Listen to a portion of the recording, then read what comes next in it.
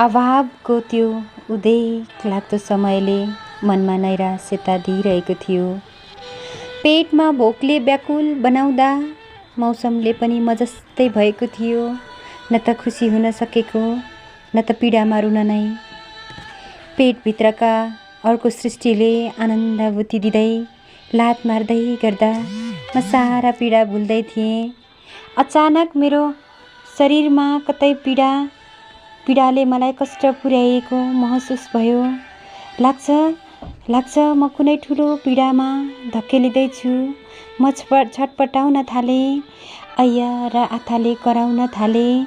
मलाई कठै भनिदिने कोही छैन, कहाँ दुख्यो भनेर मुसारी दिने कोही छैन। भोकको ज्वारा भाटाहरूले मलाई पीडित बनाइरहँदा एक दानो आरूले शान्त पार्ने कोसिस गर्दै म